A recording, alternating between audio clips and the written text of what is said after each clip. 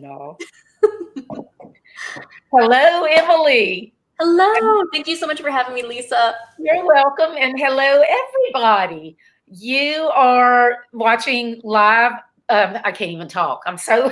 There's a lot going on today. So yeah, one of those weeks. You are watching Adaptable Entrepreneurs with me, your host, Lisa Kipps-Brown, and my wonderful guest today on my very first Tuesday night of doing this. So I'm going to blame the whole thing of not being able to talk on it being Tuesday instead of Thursday.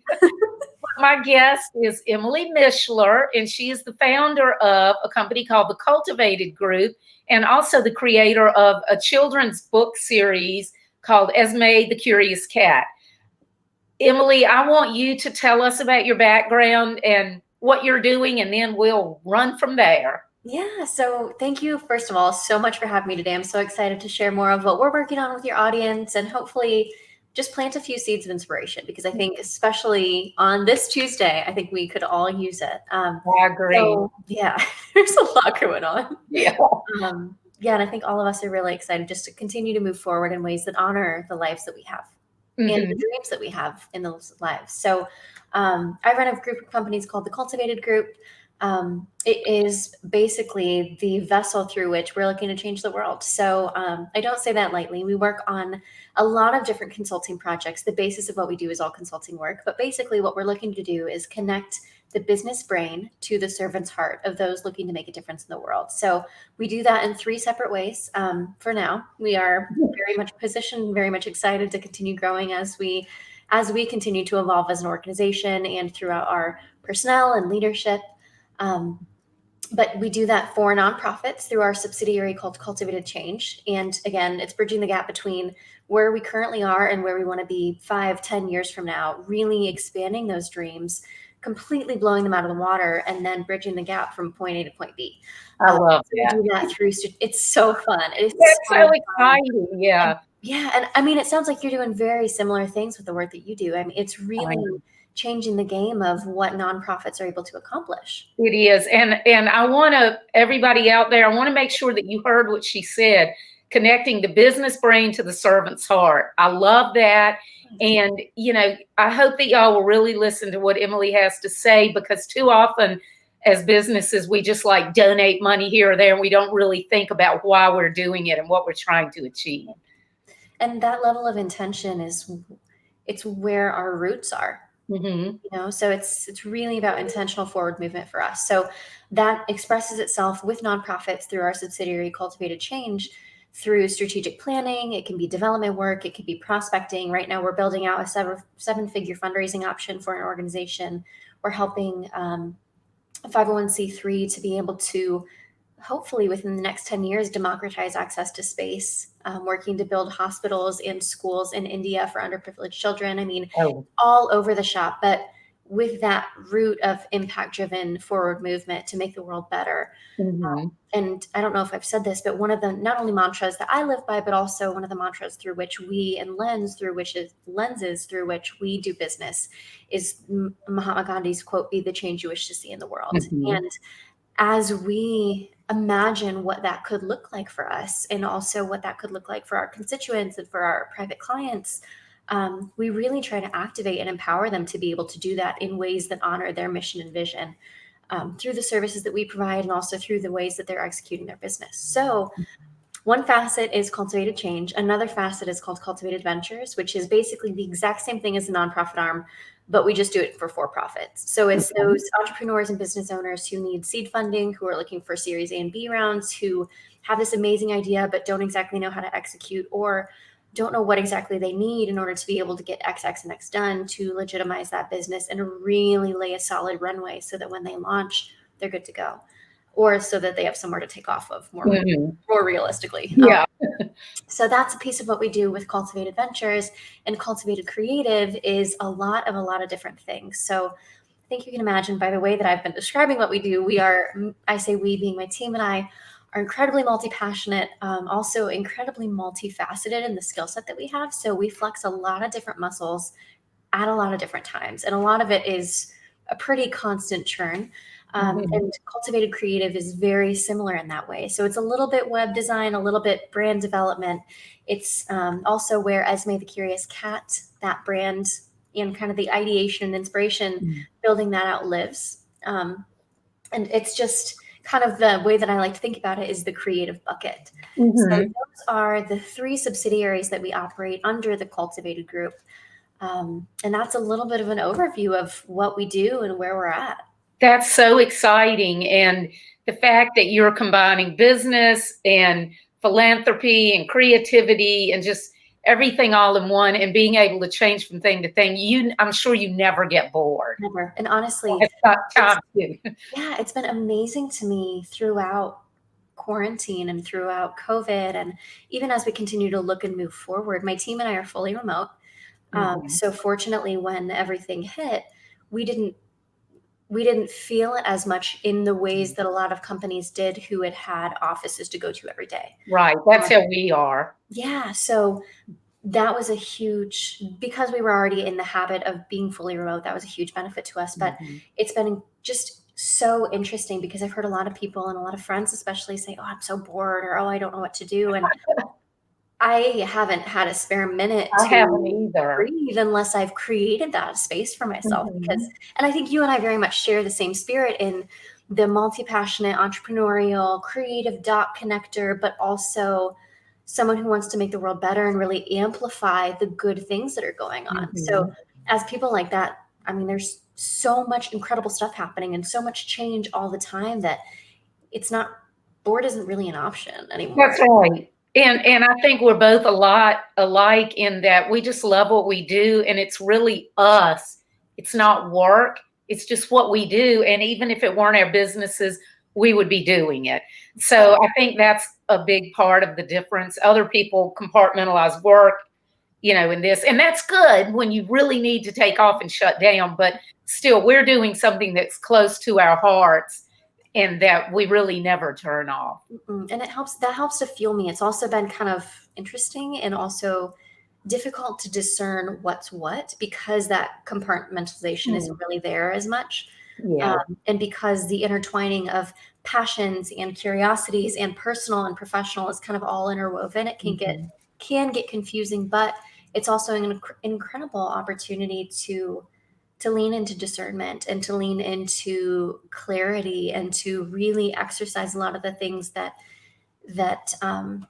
can be more difficult when you are doing much more impact or purpose-driven work. Yeah. And the cool thing also is that you might be working on a project with a client, or I guess you call them clients in all of your divisions, but you might be working on a client in one project. In the end, you notice something that, hey, this could go over and connect with this other client. I do that all the time. And it's so cool to be able to be like, oh, well, so-and-so, you need to know about, there's these things that y'all could do together that they've never thought about, whether it's co-marketing or fundraising or whatever. Yep. We get that all the time. It's amazing. So, okay, with the nonprofit division, and it's called Cultivated Caring. Is that what you said? Yeah, Cultivated Change. Cultivated Change. I'm sorry. So are all of your clients in that division, they're all nonprofits? Is that right? Okay. And then you work with them. They're either nonprofits or they've applied for their status. Okay. So we can serve them as if they had. Okay. And so the typical client will come to you and they'll talk with you about their goals just as a business would, but then you help them develop strategies and ways to work with individuals and businesses that will help them to reach their goals. Yeah, exactly. I mean, I think there's a really common misconception that nonprofit means zero profit. Right. Which, I mean, in order to exist, you still need to be a profitable, functioning, healthy business as a nonprofit entity, despite what the name might entice you to believe. So it's really important to discern that, especially with a director of development or a fundraising director or an executive director or president, CEO, whoever's running your operation. That's one of the first conversations we have. And then it's much more about, okay, so, and this is just high level process, right? But come in, talk to them as a business owner, because they are, or a business, somebody who's an executive officer running a business. Really figure out what their day-to-day is like. How are they goal setting? What's it looking like? Do they have a 5-year plan? What are they measuring? Because based on what you're actually measuring, that also expresses your priorities, and those are the results that you will likely drive forward in the most effective ways. So are you actually measuring something that matters, or are you measuring? People aren't even measuring. They're just doing, not measuring. Step 1, are you measuring? Yeah. And no shame either way. But step 1, are you measuring? Step 2, what are you measuring? Does it actually matter? And is that aligned with the goals that you set for those 5-year plans? If so, great, let's dig in. If not, let's reassess and really figure out what your priorities are here, and make sure that your actions that you're measuring and your goals that you're measuring, but also your day-to-day flow, is aligning with that end product and purpose that you're really leaning into. Do you ever see that quite often nonprofits look at all other nonprofits, or most other nonprofits, as competitors, rather than, because they all think, oh, we have to get the donations. So rather than thinking about it as separate markets, target markets, this, that, and the other, where they actually could band together, co-market, and end up better off together than alone. I've noticed frequently that nonprofits in many ways seem to be less or more resistant to partnering with other nonprofits than businesses are with partnering. And I think at the end of the day, something that we often discuss with clients is, okay, yeah, there is your bottom line. Absolutely. But let's talk about more than that. Let's talk about partnerships. Let's talk about collaborations. Let's talk about the ways that you want to grow and expand your business within the nonprofit industry, not exclusively within the confines of your own entity. What does that look like? Let's explore that. And I found especially that when it comes to money, people have some weird belief systems. And True. Those personal beliefs, and I've been there too, nobody's perfect. But I think sometimes, especially as business people or people within the nonprofit sector, sometimes when we're thinking about development work, we think about it as kind of the bucket that is money, rather than really breaking it down strategically in the ways that you were just talking about. Like, okay, what if we bring in this nonprofit that is servicing dogs, and this nonprofit who is servicing the blind? And what if we collaborate and have a creative marketing project and campaign that we're working on, that we could tap into donors who are XXX and XXX that have the capacity of this much, and just see what we can do? Because that not only influences the revenue that your nonprofit is generating, but also helps another, and helps to just create cool synergies. Something that I think too, because at the end of the day, it's not always just about your beliefs about money, right? But it is about breaking it down in actionable, creative ways, rather than just churning the direct mail wheel. Right. And just throwing it up against the wall and see whose attention you can get. I was talking with a guy. Oh, sorry, go ahead. Oh, no, and that works for some people. And that's great, and that's fine. But if you're looking to do something different, and you're truly looking to be the change you wish to see in the world, that will inherently require you to grow, which means you're going to need some new tactics and strategies as you continue to expand, because what got you there is not going to get you there.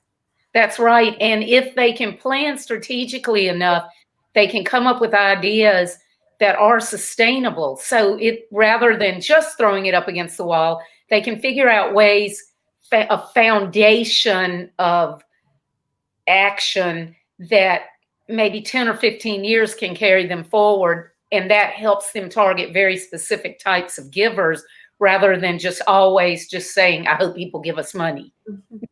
I was speaking with a guy the other day, and he was talking about, he's a professional speaker, so he's not a nonprofit, but this is an example of what the buckets of money are. And he said, oftentimes companies won't have money to pay for speaking fees, but they will have money to buy X number of his books.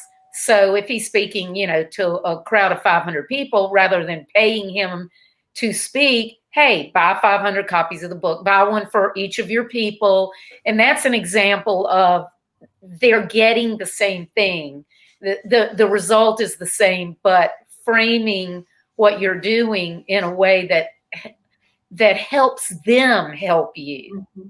And that gives them access to be able to help you in ways, especially when it comes to more of a corporate environment, in ways that are compliant, not only from a legal perspective, but also from an HR perspective and from the foundation that they already have set up. Yeah. One of the things that we're doing with the NASCAR team that I've told you about that we raise to prevent veteran suicide, we have two nonprofits that we promote mostly, but we recently partnered with another nonprofit that is founded by a veteran, but it's for children, all children. It's not military related, but we partnered with them in a way that will help them with fundraising. Mm-hmm. And one of the things that we're also doing, because we're not looking for traditional sponsors to just put a logo on a car, and we're not looking for just donors. We're not looking for you to, hey, give us ever how much. Costs a lot to run a race car. So, $20,000 for the tires for one race. So you don't want to just be like, hey, could you just give us money? Because then they need to have a reason to do it. We want them to have a benefit. So what we've done is put together basically a stable of experts and go to these companies and figure out what are your problems, what are your pain points, how can we help you, B2B consulting type, throw out the race, even thinking about the race car, what are your problems, and then turn to, we have all these people on our team, other professionals who are partnered with us, and we can be the people that connect them. So we're flipping the NASCAR sponsorship on its head, turning it from a sponsorship to more of a B2B client consulting relationship. Which is interesting, because I think unless you're involved in the industry, you're not necessarily thinking about the business of NASCAR. Right. Yeah. And to be able to bring that into the conversation, especially for organizations who wouldn't otherwise have access to that NASCAR space. Yeah. It's a cool idea. I'm excited about it. The other thing is, a lot of the companies, even if they do have the money, they just kind of put it out there. They don't have a real strategy.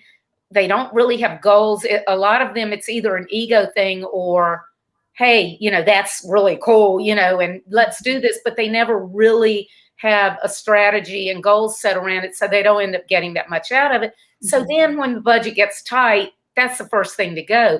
But if you're doing something, if your nonprofits have figured out a way to work with companies through you in a way that the companies actually see an ROI for themselves, it's not donating. The nonprofits are actually helping them, and the companies can't afford to not help the nonprofits. And it's really looking at a kind of donation sponsorship model from a nonprofit capacity to an investment model. Mm-hmm. And it depends on the kind of investment that the donor is looking for, or the partner, if you want to call them that, within your organization, is looking for, at whatever level they come in and invest at. But really looking at it from that kind of a lens is a totally different ballgame than looking at it from a strictly donor or sponsorship model. Yeah. Now, I want to back up a little bit. How did you get into this? Honestly, I kind of fell into it. So the part was there and it just kind of led you into it? Yeah, I've always had this really insatiable curiosity, even since I was a kid. I mean, my parents had always told me that I was just curious. I wanted to know why. I wanted to understand things. And it wasn't about the answer always. A lot of times it's simply just for the sake of a better understanding generally. So I've had just this curiosity that's led me in a lot of different directions. And at school, I studied communication and design, but I always knew that I either wanted to go into law or business. Okay. I didn't really know what that was going to look like. I, at one point, thought I was going to be a bridal designer. So just in New York, an amazing experience at a really, really massive and really tremendous bridal operation. And really shortly thereafter, realized that I wanted to do something that wasn't just preparing someone for, because the way that I felt impact within the bridal industry was really helping someone feel their absolute best on one of the most pivotal days of their entire lives. Mm-hmm. And to be able to serve them as they were preparing for that day and to be able to help them was a really amazing experience. But I wanted something deeper. Yeah. And it just didn't quite do it for me. So while I was doing that, I was also involved in the Miss America organization. Oh, And okay. I had an amazing, amazing experience in that, but really learned how to speak, learned more about business, learned more about entrepreneurship, advocacy, nonprofits. I mean, it very much served my multi-passionate self. So were you working there or you were in pageants? I was in pageants. Okay, a friend of mine that I went to high school with worked for the Miss America organization back decades ago. I'm not sure what he did or anything, but that's cool. Yeah. So how long were you in pageants? Sorry? How long were you in pageants? 5 years. Okay. And it was a college. It was a very much a college Oh, experience. that's right. You were Miss Purdue, right? Yeah. I knew that, but I didn't realize that that was within the Miss America thing. Yep. Cool. So the model is set up. There's a local level that you compete at, which makes you eligible for the state level, which makes you eligible for the national level. So as you gain, you basically get access the more you win. And as you continue to evolve within the context of the way that their organization is set up, you just get access to different opportunities. And it's very much, you get into it, kind of, you get out of it what you put into it. And I really leaned in hard. And that's also been something that's really been consistent throughout my life, is really fully exploring things and not stopping before the magic happens. And I'm grateful for that. So as I was in New York and as I was doing the Miss America organization thing, I was also in a lot of different organizations at my university and ended up starting my own company, which was my first company. I was about 22. So really just really the fullness of the experience and the expression. So as I was doing that, I kind of through the Miss America organization realized, because I didn't have any money in school, but I also didn't want to pay for stuff that was this pageant related stuff out of my own pocket. It wasn't a wise financial decision for me to be making. And I knew that. So I realized I was going to need to do it somehow, just otherwise. As I just kind of explored, I realized because Miss America is a 501c3, which is just registered nonprofit, they're tax exempt. And also any donation that is made to the organization is tax deductible, which prior to this, I had no fundraising experience, nor did I have any sales experience. I just was curious. So learned all of these things and kind of pieced together a really grassroots understanding of what fundraising is and what is legal and what's not. So as I was doing that, I realized, I was like, oh my gosh, these could all be expenses for the organization that are going to help me serve my mission. Right. Oh, and it's going to provide me with the things that I need without expenses out of my own pocket. So, that's cool. I ended up learning how to fundraise kind of out of necessity, but loved it. And I realized I was also really good at it because it was coming from a really genuine place. So that was kind of my intro to philanthropy. And I realized I honestly didn't even know, especially because the school that I went to was very much engineering, vet, nurses, pharmacy. It's very much a technical, very scientific and engineering school. So being the much more creative, free spirit and communicator that I am, it was a really interesting environment for me to learn in. And I'm so grateful for that. But I didn't realize that philanthropy was an industry that I could be involved in after I graduated, because it wasn't something that was really talked about at my school. Volunteering was, but being a philanthropist or being someone who was involved in the philanthropic sector as a development officer or an executive director wasn't necessarily a part of the conversation. So and most people, if they even think about working at a nonprofit, they think about it from the angle of, do I want to give up everything so that I can work for this nonprofit and never be able to make more than X amount? Yes. And it's, do I want to do this in my retirement? Or is this something that I want to do after my day job? And it was from that experience I learned about, and I was also at that time serving as the president of the student arm of the Alumni Association. So I also learned, being involved in an alumni association is also, and working for a university is also, so all of these kind of just wheels of philanthropy in different industries kind of just showed themselves as opportunities in my life. And I was very aware of them. So after and that's the thing, Emily, awareness, because things can show themselves, but if you're not aware and you're not curious, most people, they show themselves and they just keep flying by. They're not taking the time to really be curious, as you said, and think deeply about what's happening and why are things happening and figure out ways to put things together. Yeah, and I think that's really important, but it's just looking at things from a state of observation. Yes. And I didn't realize that and for a lot of my life, I didn't do that. But I didn't realize that some of the most valuable lessons that I've learned have been when I've really zoomed out and looked at a situation from an eagle's perspective rather than on the ground.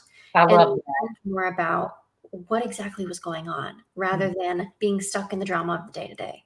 So as I was graduating, I jumped into a job with a local organization who is a national affiliate who serves a lot of kids, and just had an amazing experience and some wonderful, tremendous mentors who are still some of my closest friends to this day. And that's where I kind of got started officially fundraising, learned about more of the philanthropic process, kind of what cycles of philanthropy look like, realized that I really wanted more of a business education rather than and I'm still kind of curious about law, but I don't think we'll go there, just because this feels so right. So you can't imagine just doing contracts or something. I do a lot of contracts though. I mean, it would be really helpful to have a legal education at least as somebody a part of our team, which we have an awesome legal counsel. Yeah, to have that skill set. I mean, just that. I can't imagine you doing just that. Yeah. I honestly can't imagine myself doing just one thing ever. And I've always said that. I mean, even when somebody would ask me as a kid, I've always kind of just said, I want to be a jack of all trades. I want to be able to do it all. And I don't think there's any reason why we can't. Yeah. And, everybody says, no, you can't be a jack of all trades. Well, I understand what they're talking about. I understand that if you try to be everything, you're nothing, basically, is what the whole thing goes. But I still think that you can know a lot about everything, but still specialize in a way. But the more that you're aware and know about all these other things, I believe it makes you more useful and valuable. Yeah, I totally agree. And I think that specialization doesn't necessarily come from completely niching down. It comes from the way you position yourself. I agree. Yeah. It's all strategy anyway. And it's all strategy, it's all communication, it's all good. But I ended up, after working with that nonprofit, had an awesome experience, but realized that I needed to learn from a machine. So I did. Ended up working for a university, which is where I got my master's from, studied business with a specialization in philanthropy. So that's really where I got not only learning from my work environment while I was doing, that I was working full-time while I was doing this master's, but I was able to really apply a lot of the things I was learning in the classroom to the operation that we were running. So had an amazing experience there, which then led me to want to try something different a few years later, which at that point I had been just working with clients on the side. I've never really been somebody to just have one job or just have one project. And I don't like loose ends either. So it's just a churn. It's just a fun, playful flow. But yeah, we like to keep it tidy and tight, but just forward moving all the time. And all the pistons are firing pretty much at all times too. And yeah, I just realized after I finished up the master's that it was time to pivot again. And I didn't really know what this one was going to look like, but I knew that in order to be the change that I wished to see in the world, that implied me understanding a lot about myself and understanding a lot about the world that at that time I didn't. And I still don't, but I definitely know more than I did. So after I finished the master's, I pivoted into consulting full-time, because I'd been doing that on the side since high school at that point. Just in marketing and business development and nonprofit work and volunteering, and there was always something. So pivoted into that in business development for someone, and ended up traveling full-time by myself. So as I was doing about that. Yeah. So you were working for yourself, you were consulting for companies and whatever, but you were living all over the world, going wherever you wanted. And it wasn't because the clients were there, it was because it's where you wanted to be, right? Yep. And it ended up being a little bit of both. So again, it's that kind of intertwined personal and professional. But yeah, I mean, it was a tremendous experience, and I'm certain that the best is yet to come, but that will be just a chapter that I look back on so fondly. Tell us some of the places that you lived and worked from. Yeah, so had an amazing time in Sydney, Australia, and I'm from Indiana, so my family had traveled a lot. This was not something that was normal within our family unit, nor was it something that was seen as realistic or frankly sane. So it was for me, honestly, because I was traveling by myself. So, Yeah. and I had always had a lot of international friends and people who, and I had always seen myself as somebody who was more of an international citizen than simply within the confines of whatever fishbowl I was living in at the time. But it really helped me to realize that how it just helped me to a lot of things, but really reinforce the belief, just the belief that I have in what we are doing with the Cultivated Group, especially, but also within my own life and with the purpose that I'm really determined to fuel my life with. So yeah, Sydney was awesome. I love London. I love London. Got to explore some of the Middle East and Egypt, and, Europe. I mean, everywhere. We didn't make it. Didn't make it to South America. That trip did not make it to Antarctica, but have been to every other continent at this point. And I plan Wow. the other few before I turn 30. So we'll see what happens with COVID. That's awesome. I have not traveled like you, nowhere near what you have. But my opinion is, and I'm curious to see if this is what you notice, is that we are all so much more alike than we are different. I agree. And it's what I find so incredible is the value in those differences. Yes. Because and it's hard right now, especially because politics has gotten so politicized that I feel like anything that we say within this could get picked apart. Exactly. Yeah. But at the end of the day, I certainly don't think that the playing field has been leveled. But I do think that we've all been shown this year that we are all human. Yeah. No one is, you know, yeah, we're all human and nobody is exempt from that. And all of the experiences that come with humanity. Mhm. But it's amazing to me because I think that I certainly had misconceptions and fears and things that just being from where I'm from, but also just me not knowing the things that I now know. I had ideas of the ways that I thought things were in other places where people might speak a different language or wear Mhm. something different or have different customs, or I had just a lot of preconceived notions about how I, even from a subconscious level, expected things to be, Mhm. many of which were completely thrown out the door when I actually got there. Because it turns Yeah. out kindness is universal, and so is love, and That's so right. is gratitude, and so is being a good human. And there are Uh-huh. bad apples everywhere. like, Uh-huh. like, yeah, it's I'm just it's sorry, go amazing ahead. to me how much the difference is touted, and that is not to say that there are not issues that we needed to be talking about, and that is Yeah. not to say that we need to be doing better societally, and that is not to say that we are completely off the hook, but there are so many similarities and so many things that we can connect on.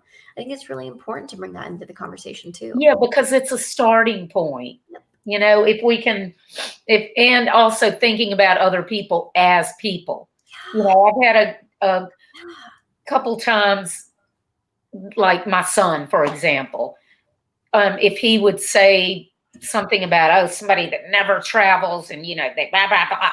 And I'm like, okay, well, you're talking about your grandmother. She lived in one county her entire life, my mother. She lived in one county in Virginia, rural county, her entire life. She didn't get to travel very much. We didn't have very much money. My father was blind, you know, so wherever we went, we drove basically West Virginia, Virginia, North Carolina, you know.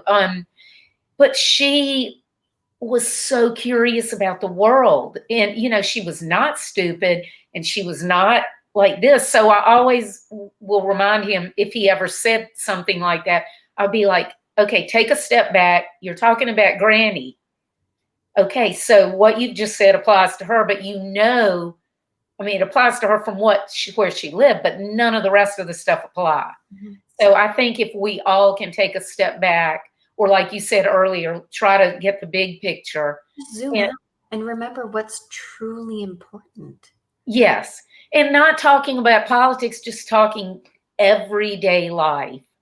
That's why I love what you're doing so much, because you're helping so many different people and you're enabling companies to help people in ways that they never dreamed that they would be able to do.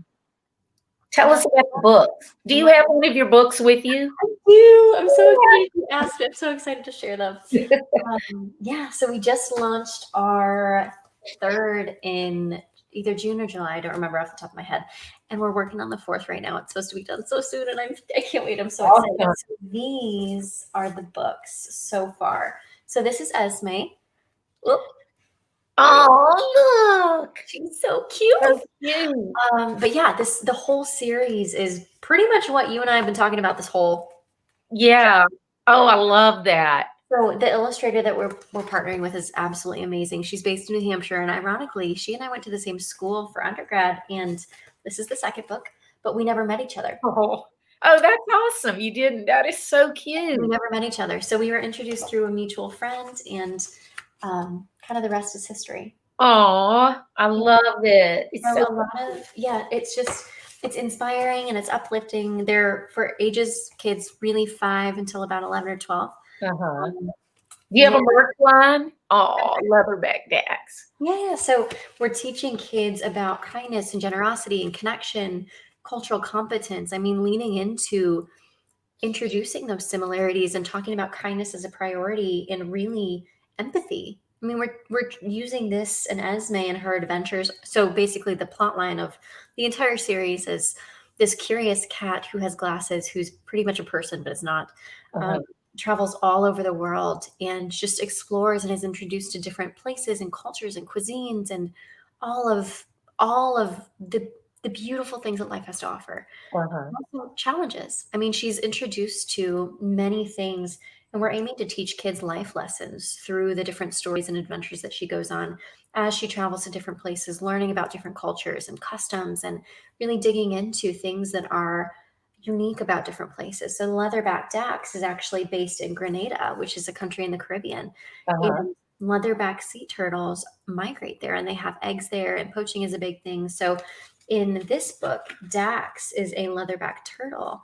Okay. And she is laying eggs. Let me find a photo of her really quick. But she's laying eggs, and you get to learn about turtles while also learning about conservation and advocacy. And yeah, it's been such a fun project for me and such a cool way to think about planting seeds with future generations, so that again, it's all about being the change we wish to see in the world. So this is just one way that we're really excited to be planting seeds and just creating opportunities for kids to be able to learn life lessons that that they might not otherwise have access to. Because I too was a kid who didn't get to travel much, and there were a series of decisions that I made in my life in ways that I have incredible parents, and they made a ton of sacrifices for me. And this is just one way that we're really looking to pay it forward in a way that not only I kind of wish that I would have had as a kid, but also I think a lot of kids, families, parents, educators will really enjoy. Yeah. And you said that ages that they're for. My daughter is 30, but she's an illustrator and she goes to Comic-Con and all those things all the time. I know that she and her friends will love those books because they love anything art. That's why I asked if you had merch. And like my cousin's daughter, who is a college student in Chicago, so she's 21 now, she would love it too, the character and everything. So if you don't have it yet, or if you just have a few things, I think you should really look into building that out, and maybe even have your illustrator or somebody go to some of these cons, Comic-Con, whatever. And, it's a great way to expand the awareness to other people. Yeah, that's funny. So before COVID hit, that's actually something that we had on the docket for this. Erin, the illustrator, is really involved in that scene, and I naively. Wow, her name's Erin. That's my daughter's name. Oh, amazing! Yeah, her name's Erin. Them up so they can, get acquainted. We should, because Erin, I'm sure you're Erin too, just she's a tremendous force for good in this world and so talented, unbelievable. But yeah, she is really involved in the con scene, and I naively thought it was a conference rather than a Comic-Con. And it's like a running joke that we have, but also shows how involved I've been in that scene my entire life, which is none. So and I would know nothing about it if it weren't for her, because she's been going to them since like, I don't know, 12 or 13 or whatever. And, you know, we used to have to, of course, take her. But the costumes that she makes are so elaborate, and she and her now husband, they go, and it just, I love it. And then all their friends. But one thing that you said, I think the combination of curiosity and empathy, those two things combined can create miracles. It's a superpower. Yeah. And I think because it is so subtle, and because it is often so overlooked, because it expresses itself in daily decisions, I think people really overlook it and kind of miss the mark when it comes to that. And also complacency or comfortability can sometimes be a quote unquote easier option, but it's at the expense of the magic. That's right. When I was I guess I was in high school, we had the first migrant workers here in our county in Virginia, and they were moving here. They were from Mexico. Migrant workers from Mexico came to work in tobacco in the summer. And of course, a lot of people just flipped out, you know, taking our jobs, and like, nobody wants them anyway. I mean, I worked in tobacco in the summer, and, you know, I know it wasn't a job. It's hard work. You got paid good, but it wasn't a job that most people wanted. But my sister was majoring in Spanish, and I spoke it pretty well. Don't very much anymore, but because I had taken it for 3 years and I spoke with her. So my parents, just being very curious people, and they didn't have access. My father grew up in poverty, so it wasn't from that angle. It was just that they were very curious people. And we got to know this one man very well. His name was Mauro. And then, of course, his circle of friends, and he came back several years. And so my parents would write him, you know, while he was back home in Mexico. And it was so cool because we'd get together on weekends, and we'd go pick them up and bring them to our house, and they would cook, and they'd play music because my dad was a musician, and we just had the most fun. And my mother was teaching herself to read and write a bit of Spanish. And I'll never forget this. They used to send care packages. And I remember one time that she asked my older sister, do you have any clothes that you'd like to send to his wife? And she had this one brand of dress that was pretty expensive back then. You got to remember, she was probably 21 or 2 by then. And my sister was thinking, oh, I'm not going to give that away, but it's because it was expensive. And then she's like, I never even wear it. Why am I not going to give it away? So she gave it to my mom to send, and his wife wore it all the time. She just felt like a queen in it. And about maybe 6 months after they sent it, she died of tuberculosis, and she was buried in that dress. And, you know, that's something that my sisters and I have always remembered when we're looking at those things in our house, and the things that we don't use or don't need, but we think we do or whatever. That really taught us a big lesson. Yep. And that's all because of my parents' curiosity and empathy. Isn't it amazing? Just kindness. And choosing to connect with someone who's different than you, despite those differences. And not only despite or in spite of, but really because of those differences, because that there's so much value in that. Yeah. And it takes a little bit of curiosity sometimes, and a little bit of patience and kindness and grace to recognize that and to see it. But truly, I mean, that experience wouldn't have happened had that beautiful combination of things not happened in those ways. That's right. And I get teary-eyed when I talk about yes, and we consider ourselves very blessed, lucky, however you want to look at it, that we, you know, that they as parents were so curious and empathetic. It taught us a lot, and we got exposure to a lot of things that we wouldn't have even if they'd had more money, but they hadn't been empathetic and curious. Yeah, and it's amazing to me too that sometimes we think that money will solve all our problems, or access to X will give X, or I think sometimes we get, and it's, again, it goes back to the money belief thing. Yeah. So caught up on this thing that technically doesn't even have any value anyway. It's paper. Yeah, really. Of value. It's worth what people think it's worth. But that's a conversation for another day. Yeah. But it's just been amazing to me how quick we are to overlook, again, those simple characteristics of being a good human or being someone who is engaged in life in a different way that doesn't require any money, period. Yeah. Kindness doesn't cost anything. That's right.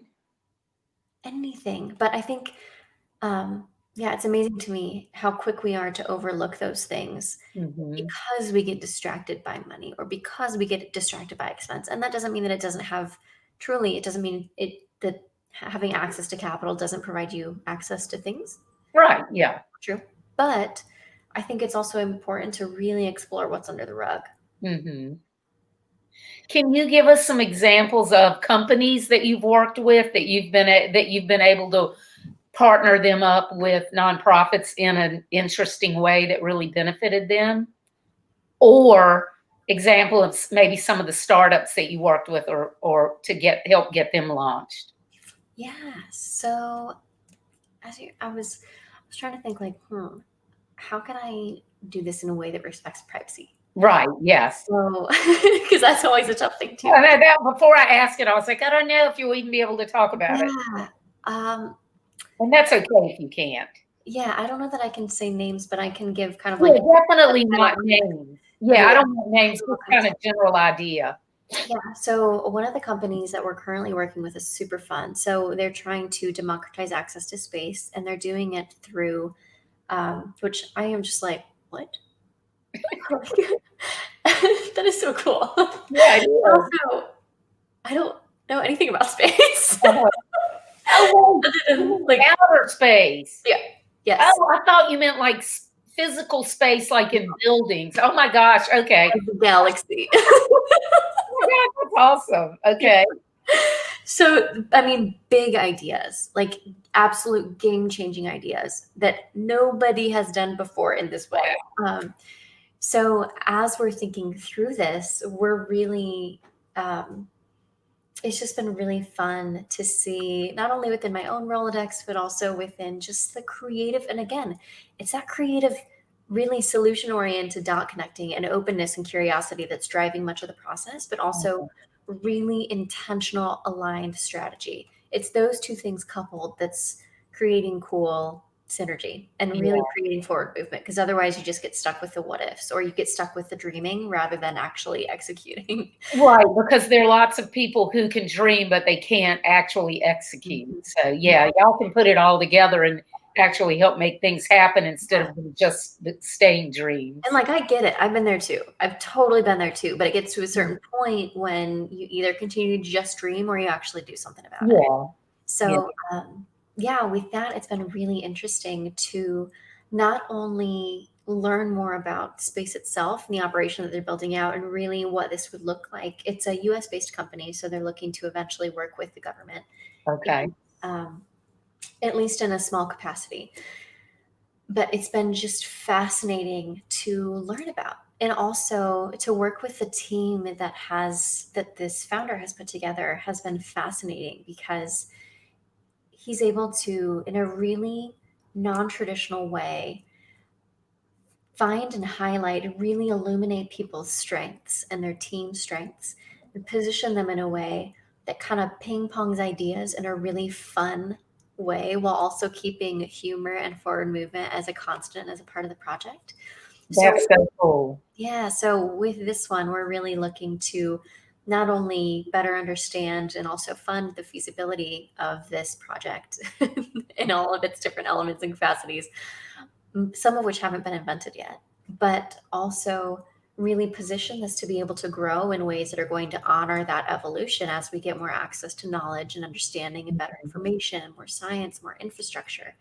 While also, I mean, it's just layers and layers and layers of science and research and strategy and business building and it's exactly the kind of project and process that we really like to be involved in, especially from the onset, which is really where we're at. So that reminds me of it makes me think of the Jetsons. Have you ever even heard of the Jetsons?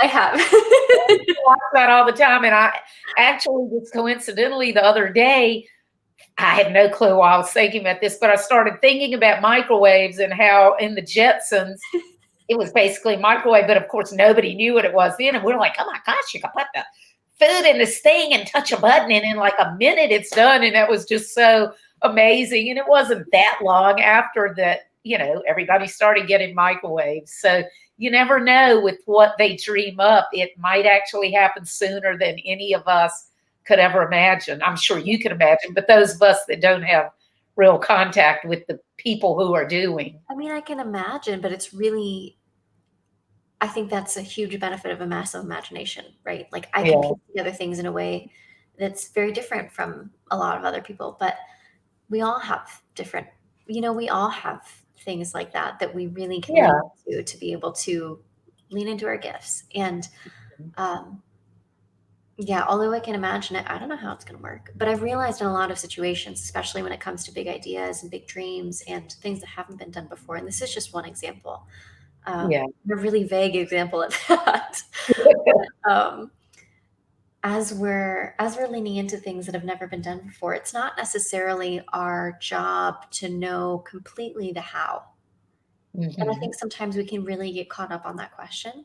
And it's not necessarily about the how, because that likely will shift. Even if you have a strategy, you always have to buffer for change. Yeah. The only thing constant in this life is change, and we all know it. And if you didn't before, this year you do. So like, that's just, I mean, it's obvious that's where we're at. And I think it'll be really, really, really interesting to see what comes about, not only with this project, but also a lot of the other things that a lot of really creative, really intentional people who don't even know who we are really leaning into throughout this season. Because it's been although there's been so much unrest and so much turbulence and so much change, there's also been just a really, really cool creative wave. Yes, because as we talked about the other day, you can use it as an excuse or you can use it as a reason.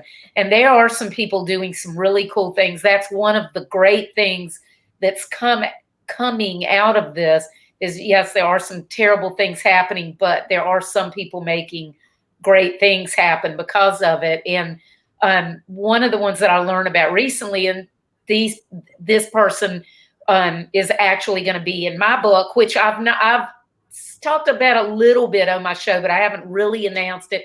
I did say the name, Disrupt Your Now, the Successful Entrepreneur's Guide to Reimagining Their Business and Life. And of course, you're going to be in it, Emily. I'm so excited. I'm seriously honored that I'm excited that you're going to be in there too. But one of the other people that's going to be in there is the president of a company that, after COVID started, they started brainstorming, how can we create something that will help? And they've actually created a 5-level air filter that will act like an HVAC, but in a personal space, like 100 square foot space. So for like in cubicles, in offices or anything. And it's these personal spaces. So, it's going to help workspace. It's going to help companies be able to make it safer. But it only weighs like 5 pounds. So theoretically, if you were somebody like, let's say you're an auditor and you have to travel to go do that, it's so light, you could even take it with you. And it's just so cool that came about just through their brainstorming and surveying their clients and what are your concerns? I mean, this wasn't even on their radar, but surveying their clients, what are your concerns? And then they and their team, and they all have great imaginations, and they sat down and they are like, let's pick some things that we might be able to figure out a way to help. And so I just love meeting people who are dreaming up things and making them happen. So I feel really fortunate that Justin Breen introduced us. Me too. Yeah, he's such a cool guy. So where can people get your books? So they are available on Amazon, Barnes & Noble, Walmart. If you want to jump on our website, they're also available there. If you want a signed hardcover edition, we ran a limited edition number of the first through third books that are all signed by Erin and myself. And I don't think we mentioned this, but I wrote it under a pen name. Okay. Yes. So what's your pen name? My pen name is E.M. Valentine. Okay. And the name, and y'all, the name of the book is Esmè the Curious Cat, or is the character's name Esme with the accent over it. So when you go look, Esme. And so when you say like Walmart, is it in the stores or is it just online, or? They're online. They're in the stores by request. So if you want to run in and grab one, just give them a call. It'll take a day or two. Okay. Yeah. They're all available on our website. If you want to follow along on social for Esmè, it is at Esmè the Curious Cat, or our website is esmethecuriouscat.com. And if you're curious about the Cultivated Group and want to jump in and just kind of see what we're doing, a lot of what we do is for private clients, so it's not anything that we're really advertising, but we do have a lot of social that we're pretty active on. It's just at the Cultivated Group on Instagram and Facebook, and then our website is thecultivatedgroup.co, and you'll have kind of a .co. .com will take you there too. Okay. Yeah. So if you want to reach out, please feel free to get in touch if you're curious, or if there's anything that we can do to help. I mean, we're always looking to, again, plant seeds. So if you don't really know where to start, sometimes asking questions can be a really good place, and we're happy to do what we can to be able to help. That's right. So y'all definitely reach out to Emily if you need anything, and check out her book. Tell anybody that might like it. I'm going to tell my daughter and all of her friends, all of her, illustrator friends and everything. They're going to love it. So, but yes, y'all please do reach out, check her out, and see if there's any way that you might be able to work with her. And Emily, I so appreciate you spending the time with me tonight. And I can't wait until Charles and I, my co-author in the book, y'all, of the book, I can't wait till Charles and I get to talk with you to get started on your part in the book. Oh, it's going to be so much fun. Well, thank you again for having me. Have a great, safe night, everybody. Despite what happens tonight, I mean, you know, we're in the middle of an election that we haven't really talked about, but we have. Know that tomorrow's going to come, and we get And despite what happens, despite what happens, we're still all ourselves, and we can work together and make great things happen. So. And thanks. I really appreciate you being here, Emily. Likewise.